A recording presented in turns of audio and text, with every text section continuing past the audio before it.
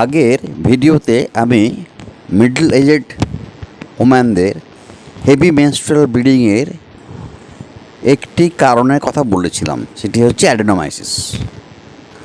আরও একটি কারণের জন্য মিডল এজেড ওম্যানরা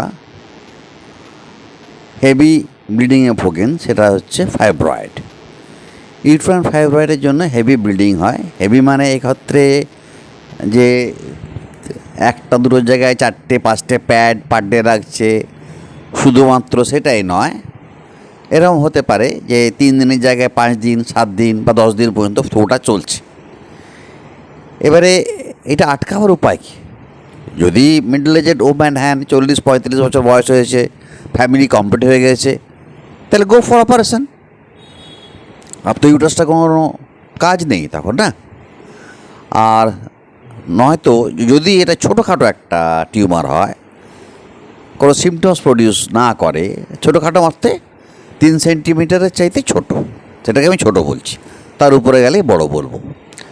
এবং যদি বড় হলেও যদি কোনো সিমটমস না দেয়, অর্থাৎ হেভি ফ্লো হচ্ছে না, অথবা কোমরে সবসময় ব্যথা থাকছে না, কোমর ধরে থাকছে না, বা বারবার টয়লেটে যাওয়ার ইচ্ছে হচ্ছে না, সেক্ষেত্রে ইগনোর করা যেতে পারে এবং ওয়েট করা যেতে পারে যে 45-50 বছর বয়স পর্যন্ত যখন মেনোপোজ হবে, তো এটা নিজে নিজেই কমে যাবে। কারণ ইস্ট্রোজেন লেভেলটা মেনোপোজের সময়, অর্থাৎ মাসিক পুরোপুরি বন্ধ হয়ে যাওয়ার সময় ইস্ট্রোজেন লেভেল ফল করে যায়। ইস্ট্রোজেন লেভেল ফল করে গেলেই এই টিউমার নিজে নিজে শ্রিঙ্ক করে যাবে।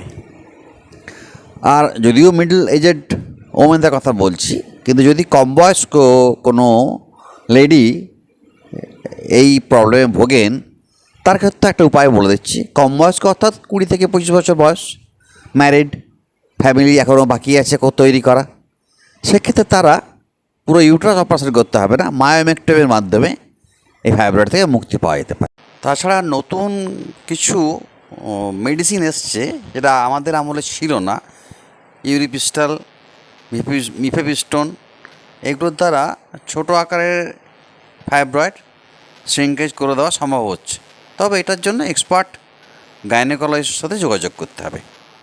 তো এই ধরনের ভিডিও আরও পেতে চাইলে আমার চ্যানেলটা সাবস্ক্রাইব করে রাখুন।